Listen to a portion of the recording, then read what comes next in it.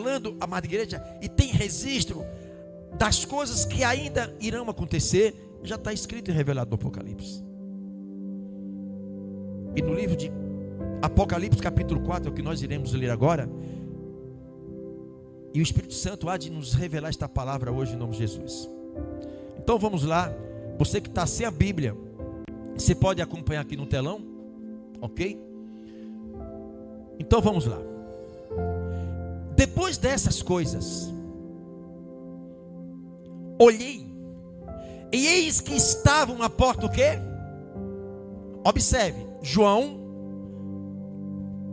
a Bíblia diz que uma porta aberta no céu, e a primeira voz, que como trombeta, ouvira falar comigo e disse: sobe aqui, e mostrar-te-ei as coisas que depois desta deve o quê? Acontecer. João foi convidado pelo Senhor para ir aonde? Para ir aonde? Para os céus. E a Bíblia diz que João olha para os céus e ele vê o que? Uma porta aberta. A pergunta é: o céu tem porta? O céu tem janela? Por que João vê uma porta nos céus? Porque a Bíblia diz que Jesus Cristo, Ele é a porta. Esta porta é Jesus. E para que nós possamos adentrar os céus, nós adentramos através de quem? Do Senhor Jesus. E para chegarmos aos céus, a cruz é o meio que nos conduz a Cristo. E a cruz é um símbolo de sacrifício, de renúncia. Aquela maldita cruz, a qual o nosso Cristo foi cravado nela, o símbolo de sacrifício. E o único sacrifício que Deus quer de nós hoje, não é o seu dinheiro, não é os seus pertences, porque Deus não é trapaceiro nem negociador. O sacrifício que Deus quer de nós hoje é a obediência à sua palavra. E para obedecermos a palavra do Senhor, é necessário que tenhamos que ter uma renúncia dentro de nós. Porque a nossa natureza pecaminosa muitas das vezes guerreia dentro de nós. Diz: não, você está cansado, não vai orar, não vai ler Bíblia. Ei, crente, não tire tempo para falar com o teu Deus. Lembre que você vai trabalhar daqui a pouco, ou trabalhar amanhã. Você está cansado. E há uma tendência natural para isso, igreja. Se nós nos esforçarmos, porque a Bíblia diz que o reino dos céus é tomado através de esforços. Por isso que tem que nos esforçarmos. O tempo de adorar a Deus é hoje, não é amanhã. E a Bíblia diz, quando João, ele vê a porta, ele vê Jesus, ele recebe um convite e ele vai para a sala do trono de Deus. E vamos observar o que é que João vê lá nos céus. Versículo 2, a palavra diz assim: e logo fui arrebatado em espírito, eis que um trono estava posto no céu, e um assentado sobre.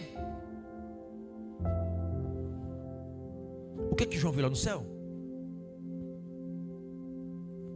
Um trono. Não foi isso? Eis que um trono estava posto no céu, e um assentado sobre. Quem era esse um que estava sentado no trono?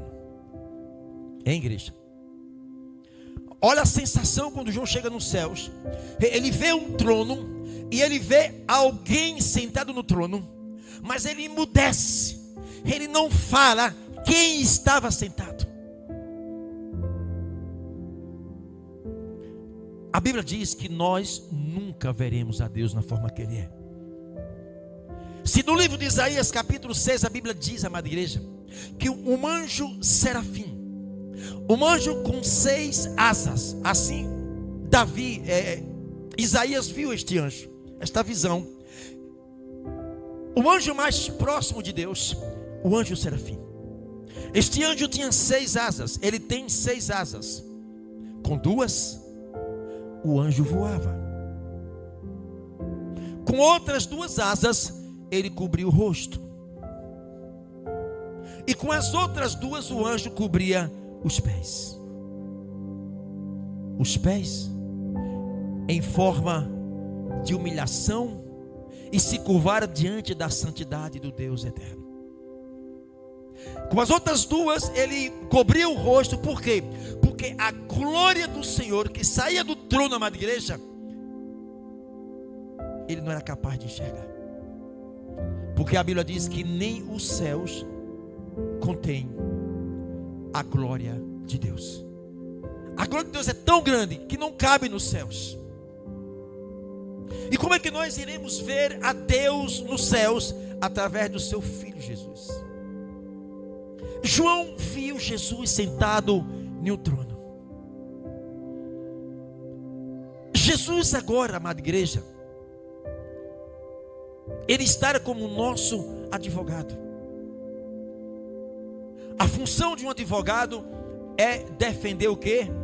O cliente. A função de um juiz é dar sentença. E de um promotor, acusar. Não é assim? O promotor acusa, o advogado defende o cliente, e o juiz dá o quê? A sentença.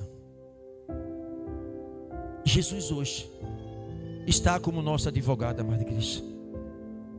Por isso que a Bíblia diz: se nós confessarmos os nossos pecados, Jesus Cristo é fiel e justo para perdoar os nossos pecados.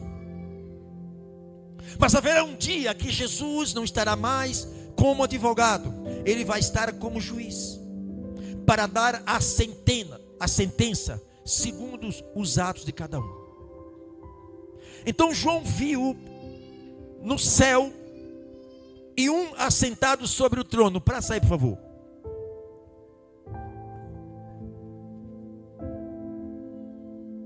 E o que estava sentado na aparência semelhante à pedra de jaspe, de sardônica e arco celeste, estava ao redor do trono, e era semelhante ao que? A esmeralda. Vamos lá. 4.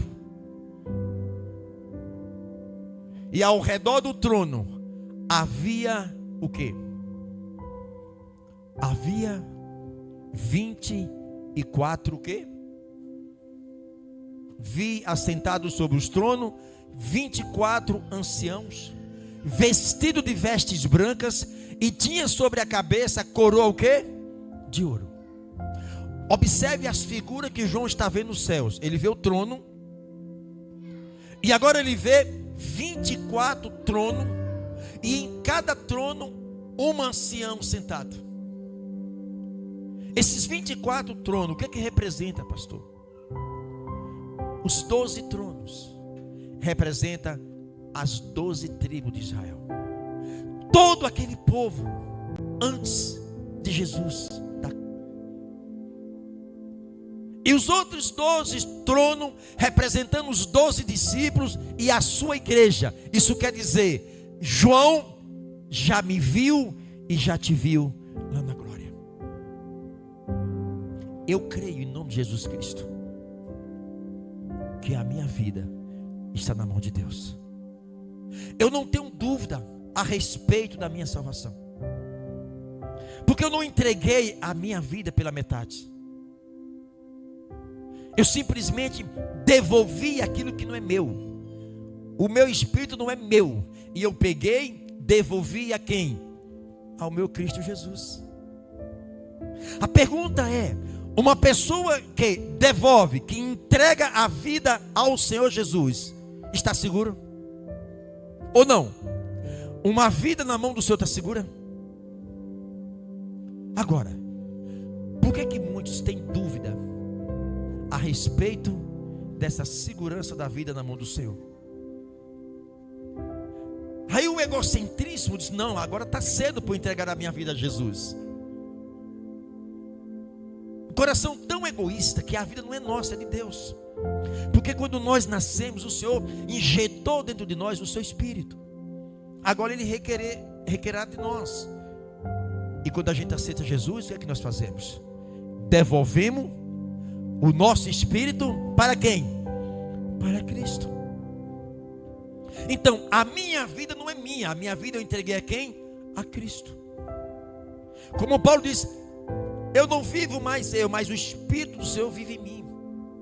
Jesus vive em mim. A partir do momento que nós entregamos a nossa vida, amada igreja, e João lá nos céus, ele já nos viu na glória. Deus trabalha no futuro, aguardando nós aqui no presente, para que no presente nós creamos no futuro. A minha vida está na mão do Senhor. Não tem demônio, não tem ninguém das trevas que possa tocar no meu espírito, porque o meu espírito está na mão do meu Cristo Jesus. Não há espírito da dúvida que consiga colocar dúvida na minha cabeça a respeito da minha salvação. Por mais que eu tenha que passar lutas, e por mais que você tenha que passar suas lutas, não duvide da sua salvação. Ainda que teu esposo, ainda que teu marido, teus filhos, ainda que o mundo te abandone, mas tem um que nunca e jamais vai nos abandonar: Jesus Cristo. Então, amada igreja, João viu toda a igreja do Senhor lá na glória. É essa a esperança que eu tenho na minha vida. Quando Paulo diz, o viver para mim é em Cristo. Enquanto eu estiver nesse corpo, eu quero viver para Cristo, porque eu morrer para mim é lucro. Quando Paulo pensava na sua partida, ele se alegrava. E nós não devemos estar tristes com a morte. A morte não é o fim. A nossa morte física é o início de uma vida que nós iremos viver. E na hora que nós partimos desse corpo, nós podemos falar, eu venci. Mas enquanto nós estivermos nesse corpo, nós estamos vencendo. Passa aí para o versículo 5. E do trono saía relâmpagos, trovões e vozes diante do trono. Ardiam 7 lâmpadas de fogo, as quais são os 7 Espíritos de Deus. Relâmpagos, fogo, trovões. Isso simboliza, amada igreja, o trabalhar de Deus. Ele não para. Ele não para. Os anjos do Senhor não param. Nós não temos noção a distância entre a terra e Deus. E quando nós estamos em um perigo que nós, Senhor, em milésimo de segundo, o anjo já cortou toda essa barreira atmosférica e já do nosso lado para nos livrar. Esses trovões simbolizam o poder de Deus. Imagina dos céus agora Deus enviando o poder dele sobre essa terra, curando os doentes, libertando os endemoniados. O trabalhar de Deus, igreja. João viu nos céus já. No versículo 6. E havia diante do trono um mar de quê? Um mar de quê? Quem já viu o mar de vidro? Existe. A gente conhece o mar, de água, ou não? Mas mar de vidro. Mas por que João viu nos céus mar de vidro? Olha a simbologia aí. Mar em Apocalipse representa nações. João viu nações de santos, de salvos no céu. Mas santos como vidro, como cristal. O cristal é transparente, ou não? Será que alguém consegue se esconder por trás de um cristal? Consegue? Imagine se eu colocar aqui um vidro transparente. Eu já não chamo mais de vidro, chamo de cristal, porque é muito mais transparente que o vidro. Apesar que o cristal é um vidro, mas um vidro trabalhado 100% de impureza. E se eu colocar ele aqui em pé, eu não tenho como me esconder por trás, porque o cristal é transparente. Esse cristal representa a igreja do Senhor. E João vê esta igreja como cristal transparente. Aí está os mistérios do Apocalipse. Quando Jesus olha para nós nessa terra, Jesus olha para a sua igreja e Ele quer ver esta igreja como um cristal.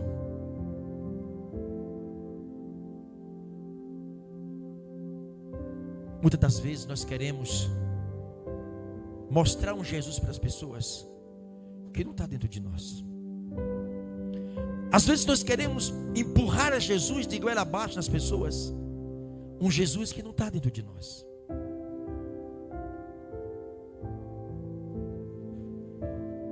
Como é que o Senhor nos vê aqui nessa terra? Como um cristal transparente? Ou um cristal ofuscado? Porque quando a nossa família, os nossos amigos, os nossos vizinhos, a olhar para nós, eles precisam ver em nós e ver em nós como um cristal. E ele consiga ver através de nós Jesus do outro lado. Será que é isso que acontece? Será que as pessoas conseguem ver em nós Jesus do outro lado? Como é que é esse cristal que somos nós? Está transparente? Ou ele está todo ofuscado? E a gente quer que as pessoas se convertam. E muitas das vezes nós precisamos nos convertermos primeiro. O mundo está carente disso. A Bíblia diz que tem que haver uma diferença entre os que servem a Deus e os que não servem. Nos dias de hoje, pasme que eu vou falar. Por quê? Quase não está havendo diferença entre um crente e um incrédulo lá fora. Quantos e quantos crentes estão trabalhando nas empresas, anos e anos, ninguém sabe que é crente. E a gente quer apresentar um Jesus que não funciona dentro de nós, que não está dentro de nós. A Bíblia diz que muitos me louvam com os lábios, mas o coração está distante. Preserve o seu testemunho diante de Deus.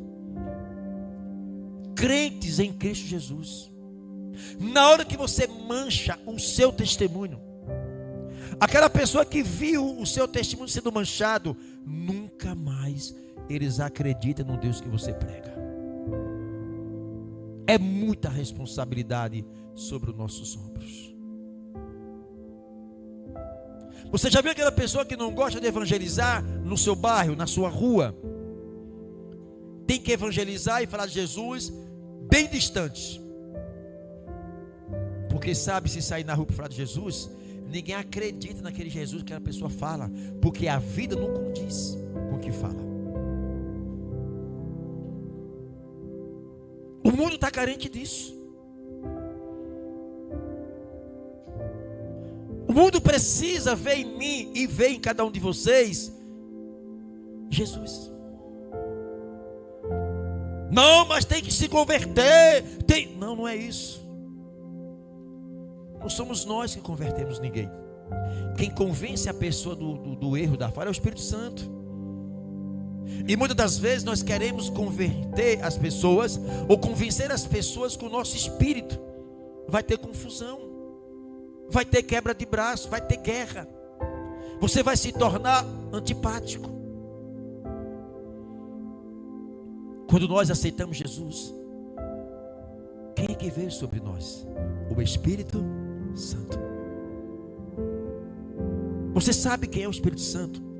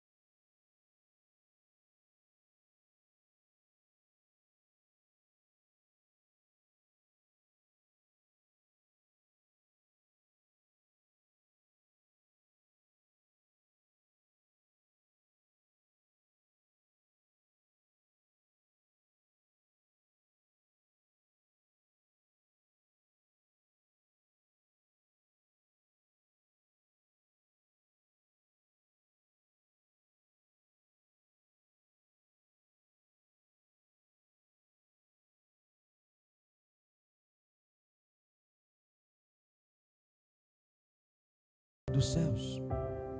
Porque muitos me louvam com os lábios, mas o coração está distante de mim. Igreja, João viu, já nos viu nos céus. João viu uma igreja transparente, como mar de cristal, transparente. E é esta igreja que o Senhor vem buscar, uma igreja transparente. Uma igreja que tomou um posicionamento aqui na terra. Uma igreja que agora tem lado. O meu lado é Jesus. Antes não. O meu lado era o pecado. Era a prática do pecado. Não, mas agora o meu lado é uma vida de santificação com Deus. Porque a Bíblia diz: sem santificação nós não veremos a Deus. Se você quer ver Deus na sua vida, não é ver Deus na forma que Ele é, mas ver a manifestação de Deus sobre a tua vida. Santifique a tua vida. Não dependa só dos cultos, só da igreja. Você é a igreja. Você tem o Espírito Santo. O culto é uma assembleia onde se reúne a igreja do Senhor para adorarmos o Senhor e ouvir a tua voz. Mas ao sair da igreja, faz do seu corpo, a igreja move cada um de nós. É esta igreja, chamado pastor Jailson, chamado por você, que precisa se movimentar lá fora.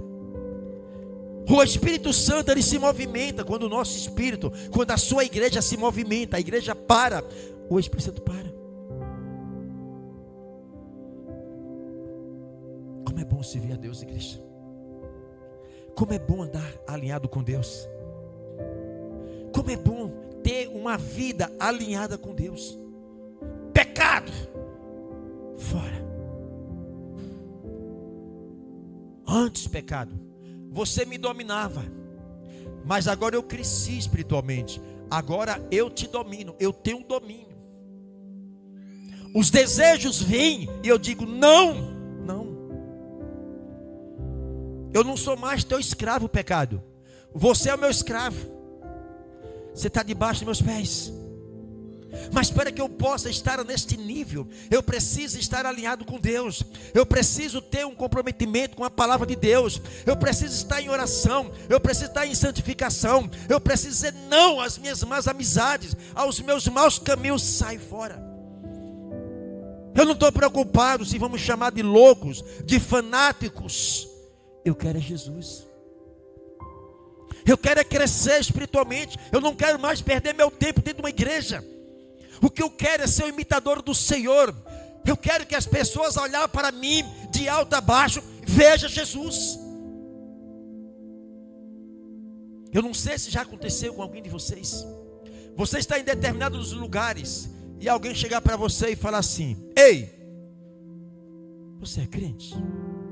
Quem já teve essa experiência? Ei, você é crente? Não está escrito se é crente. Você nem falou. Mas no meio de uma geração perdida e perversa, a tua luz brilha. A luz do Senhor na sua vida brilha. Luz não brilha no dia. A luz brilha nas trevas, na escuridão. E a nossa luz, que é o Espírito Santo, precisa estar ativado dentro de nós. Chamar para mim essa responsabilidade. Eu não sou qualquer pastor. Eu não sou qualquer crente. Não é que eu quero ser melhor do que ninguém dentro de uma igreja, mas eu sou diferente. Por quê? Porque eu tenho orado. Eu tenho buscado o meu Senhor. Eu tenho resistido o pecado. Eu estou disposto a pagar um preço em nome do meu Cristo Jesus. Aí você se torna esse cristal. Aonde você vai, a presença de Deus vai com você. Aí você chega em um ambiente, e por você chegou ali, chegou a igreja do Senhor, chegou o Espírito do Senhor, chegou a luz do Senhor. O que é que vai acontecer com aquele ambiente que está em trevas? A luz vai o quê? Dissipando. Ou ela vai causar revolta em alguém, ódio em alguém, porque é uma reação, ou esta luz vai causar uma paz no ambiente, vai mudar o ambiente. É a presença de Deus dentro de você, e aonde você vai, tem a presença de Deus. Você é o imitador. O toque das tuas mãos é o próprio Deus tocando. Você pode curar uma pessoa. Você pode libertar uma pessoa. Você vai chegar em ambiente que pessoas estão atormentadas, angustiadas, quem sabe pensando em tirar a sua própria vida. Mas só a tua presença leva aquela pessoa uma paz. Como é bom conversar com você. Como é bom estar junto com você. Ei, fulano, você transmite paz. Olha, eu estava até com dor de cabeça. Foi embora a dor de cabeça. Eu estava com dores no corpo. Foi embora. Só a tua presença. Mas isso vai acontecer na vida de um cristão, que ele se torna um cristal transparente. A sua vida é um livro aberto, não tem segredo. Você é crente aqui na igreja, é crente no trabalho, é crente na rua, é crente onde quer que você vá. você assume esse Deus dentro de você. E acabou. Amém, igreja? Ah, pastor, o problema está em... Não, não está em fulano. O problema não está no ambiente. Você pode ir para o inferno, lugar de treva, lugar de pessoas endemoniados. É ali que a tua luz vai brilhar. Só tem dois caminhos para aquele endemoniado: ou ele se converte, ou então vai acontecer alguma coisa. Porque tem luz.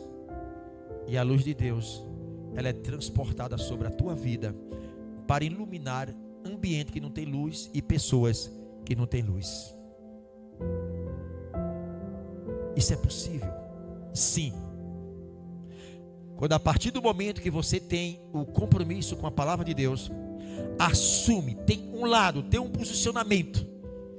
Você não está preocupado com o que as pessoas vão pensar ao teu respeito.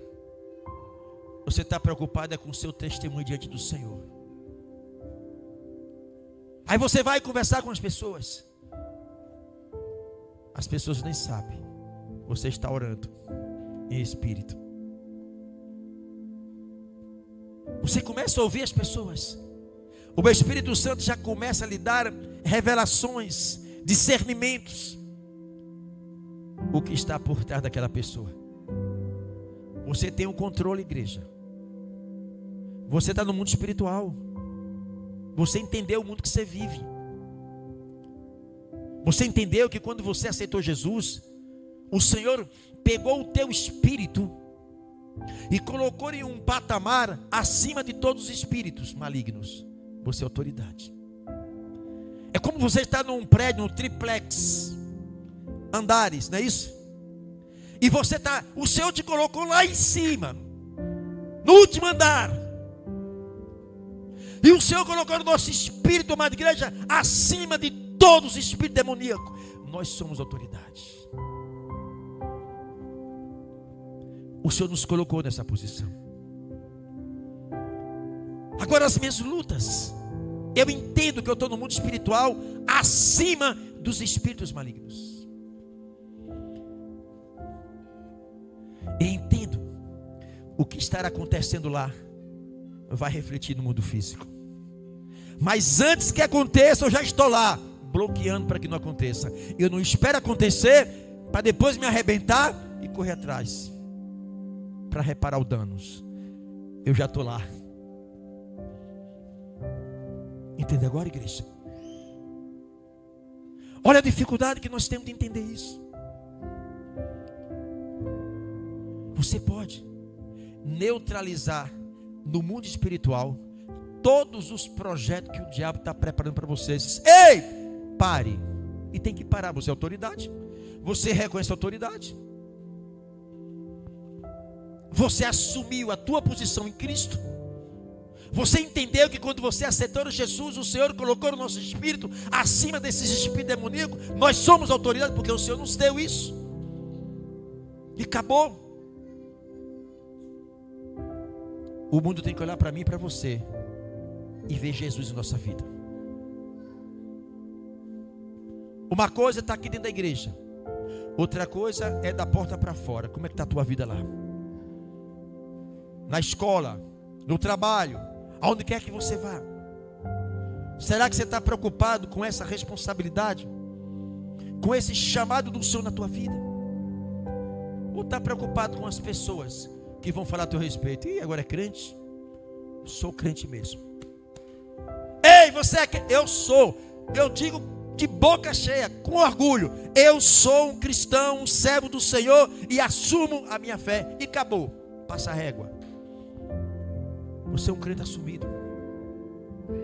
E o diabo tem que olhar para você de alto a baixo. Ele tem que tremer na base. Ele tem que bater continência. Não para você, mas para a autoridade de Deus que está sobre você. Acabou. A igreja está tendo essa dificuldade de entender e compreender. Nós somos autoridades em nome de Jesus. Ele estabeleceu dentro de nós essa autoridade e nós não sabemos usar a autoridade que Deus nos deu.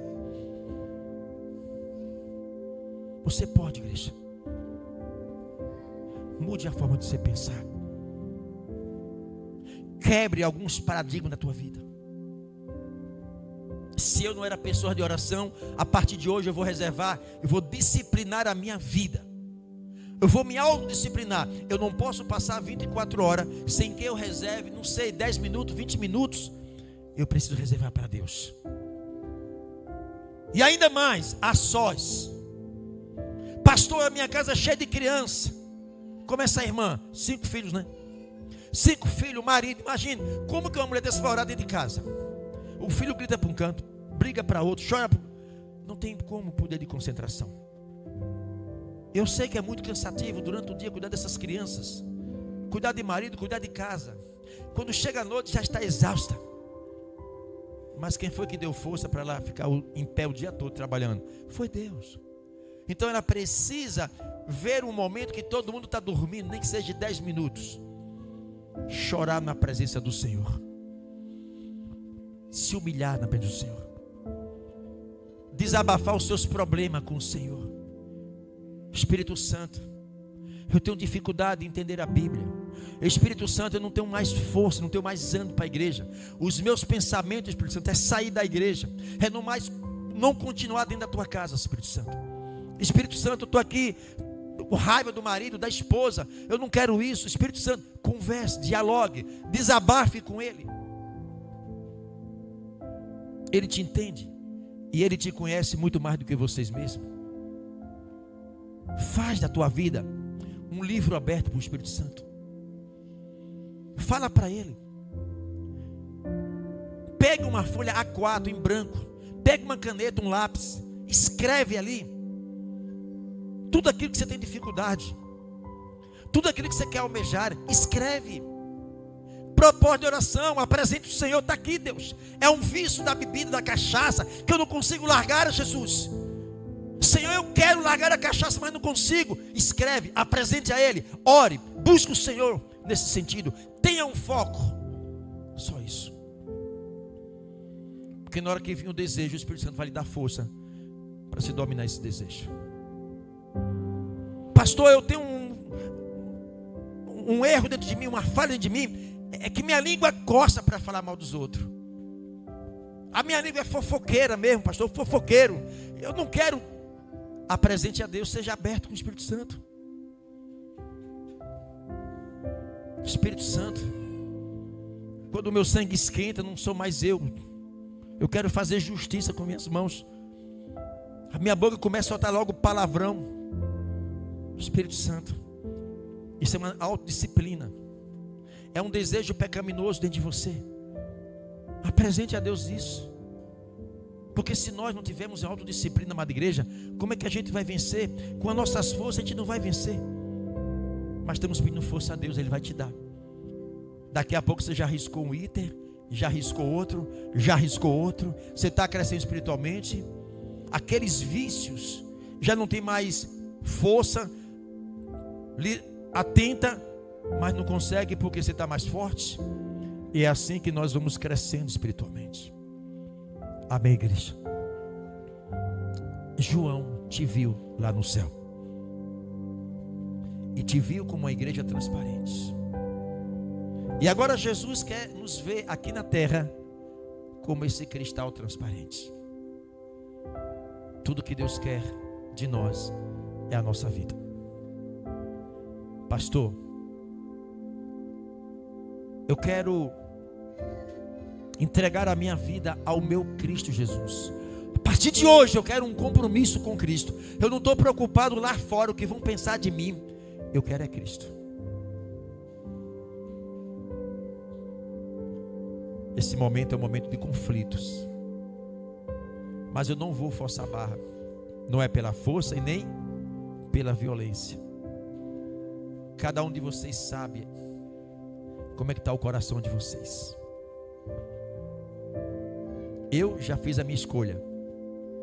Entreguei a minha vida a Jesus e não tenho vergonha. Eu nunca vi alguém falar que alguém aceitou Jesus e se arrependeu. Mas eu já ouvi muito pessoas falando: eu me arrependi porque deixei Jesus. A tua vida é de Cristo. Não faça aliança com o mundo. não faz aliança com o diabo. A tua aliança é com Cristo. Ainda que tenha que pagar um preço, pague um preço diante do céu. Amém, igreja? Vocês são um povo lavado e remido pelo sangue de Cristo. Tudo que nós precisamos é dessa porta para fora, fazer com que as pessoas olhem para nós e vejam Jesus. E eu vou trabalhar sobre isso. Eu vou orar, eu vou jejuar, eu vou para as madrugadas, eu vou conseguir.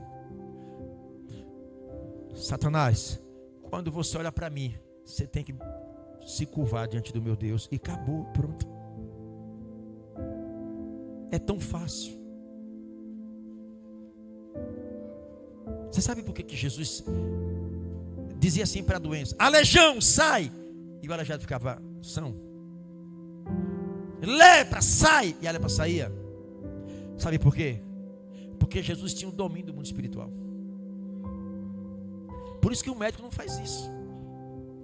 Ei, câncer, sai. Doença, não sai. Porque precisamos manipular o mundo espiritual e entender melhor, para que possamos ter o domínio do mundo espiritual. Por isso que Jesus, quando diz lá no livro de João 17:4, que Jesus veio finalizar a obra que o Pai começou. Olha para aí, igreja.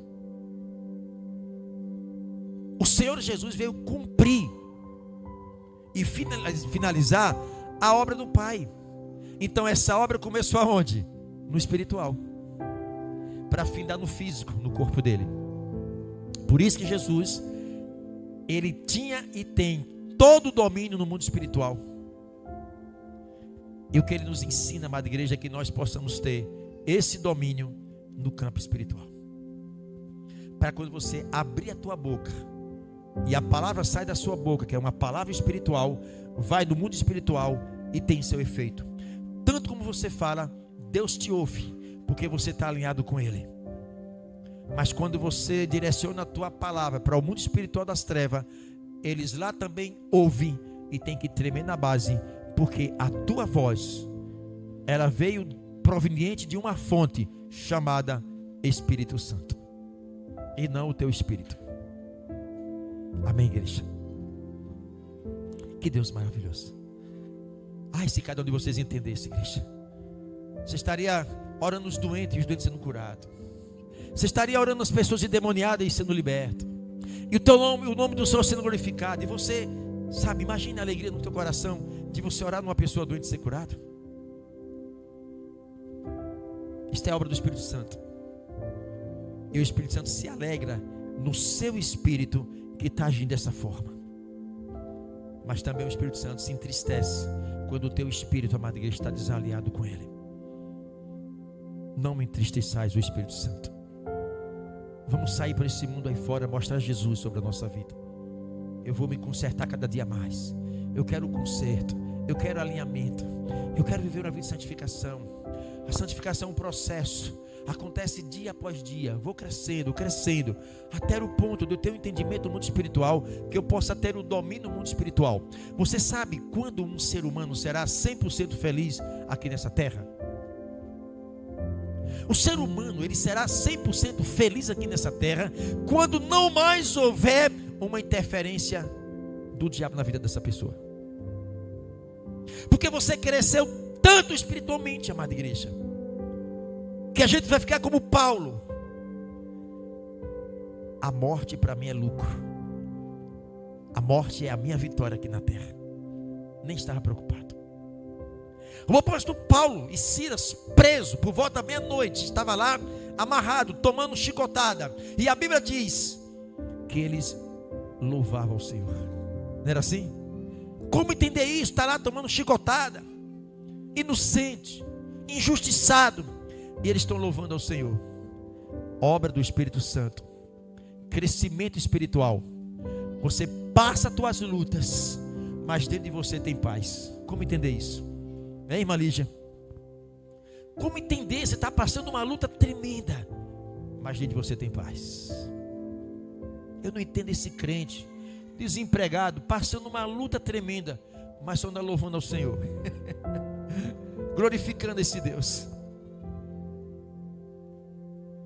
Só entende, igreja, quem está alinhado com o Espírito Santo. E tudo que nós precisamos é crescer espiritualmente. Amém? Para que nós não ficamos dentro de uma igreja só como um religioso. Chega